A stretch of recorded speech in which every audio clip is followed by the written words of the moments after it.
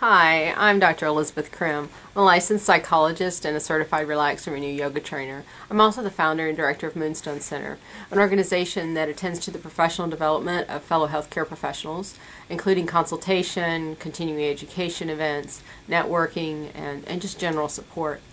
We also provide psychotherapy and attend to the whole person from an integrative approach, attending to a wellness perspective, mind, body, spirit, relationship. I want to just welcome you and say Happy New Year. We're in January 2013. The jokes that have been running around is that we made it past the 2012 End of the World call that we've had from Nostradamus.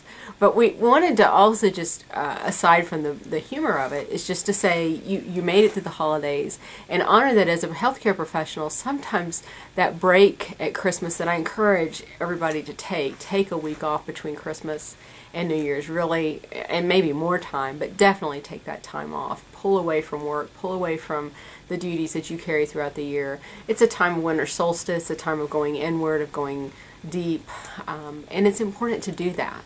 But I also want to point out that I think as healthcare professionals, we don't always really give that to ourselves.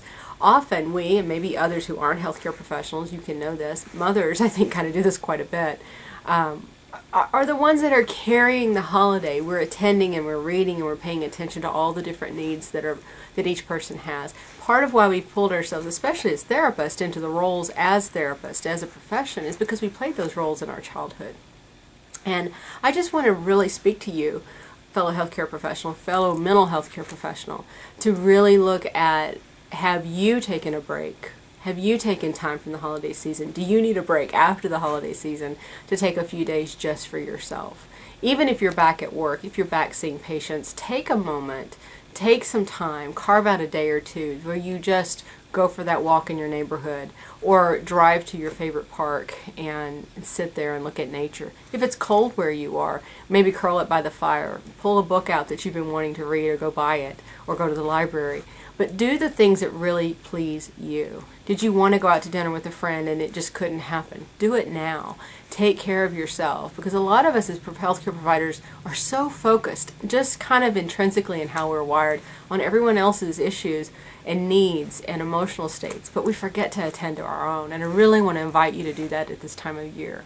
I notice that usually I come into this season, and especially the New Year's Eve, I'm really both having fun but also really taking a moment reflecting in a meaningful way of what happened in the past year, what I feel I value, what I want to continue, what I want to continue to grow, what I want to change and maybe let go of, what I want to say, hey, that was good, but it's not needed now. I just take assessment of all those things. And I set some goals and I allow myself to envision what I want to have come into my life in the next year and how can I participate in bringing that in. And I want to encourage you to do that if you have not. But I also want to say this year was tough on us. I found not just myself having more of a sense of hopelessness. I didn't feel the fresh excitement and exuberance that is naturally there for me typically. I felt a bit of despair and sadness, and I think a lot of it for me and for others had to do with so much of the trauma that we experienced as a culture, as a humanity, with the Newtown shootings and the continued back and forth that we're hearing from different groups. It's heartbreaking, some of the responses people are making, looking at how the gun approach is, and not really holding the mental health treatment issue, and knowing that we have got to have long-term lifespan development mental health treatment for these people who are persistently mentally ill, the chronic mental illness diagnostic spectrum. But we also have to look at our culture of violence. Cannot turn the TV on now without seeing gore. Stuff that used to be really held to R-rated movies is now in our living room during the middle of a sporting event that used to be what children could watch, and it was really not that big of a deal. So we really have to look at that as well, and the assault that that has on our senses. I think the Newtown shootings heightened it because these were our precious children that were affected. And I made a call in my December newsletter. I said a call to us as mental health professionals to stand up, and I'm not going to let go of reminding us that we need to do that. There are groups organizing around the country. One is including Kathy Lee not Kathy Lee Gifford, what's the woman's name? Gabby Giffords.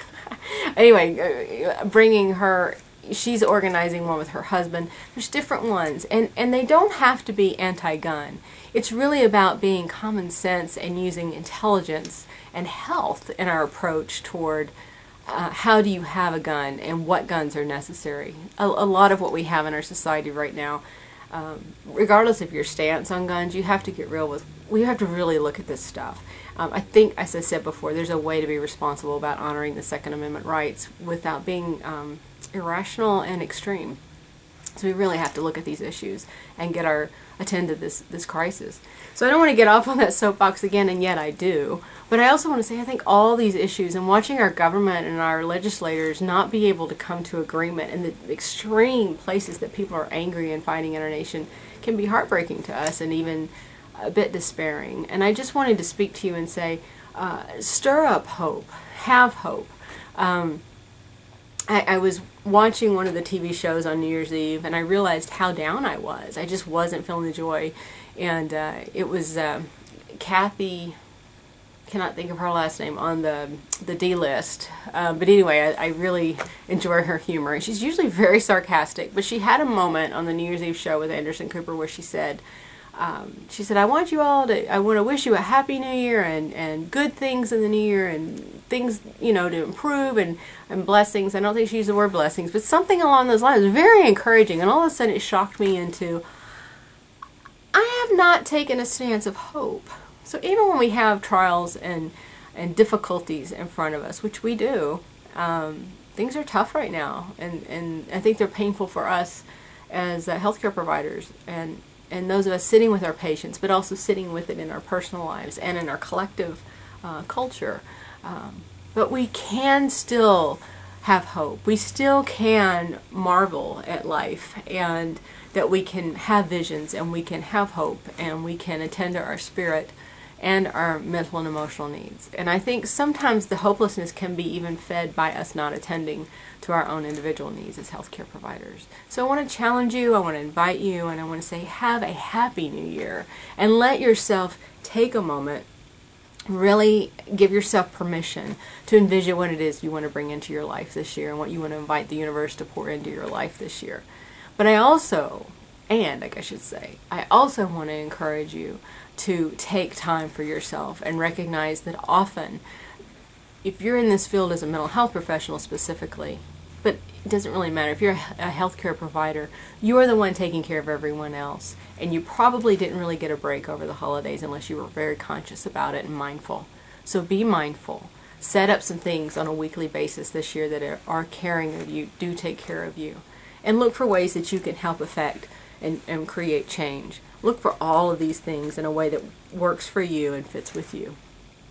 Moonstone Center has some great events coming up this spring and into the fall, and I'll have more stuff coming in through the newsletter, and we'll look for opportunities to meet with you both personally and directly, but also through email connections and online. So I hope you have a great January. I'll see you in February, and again, Happy New Year.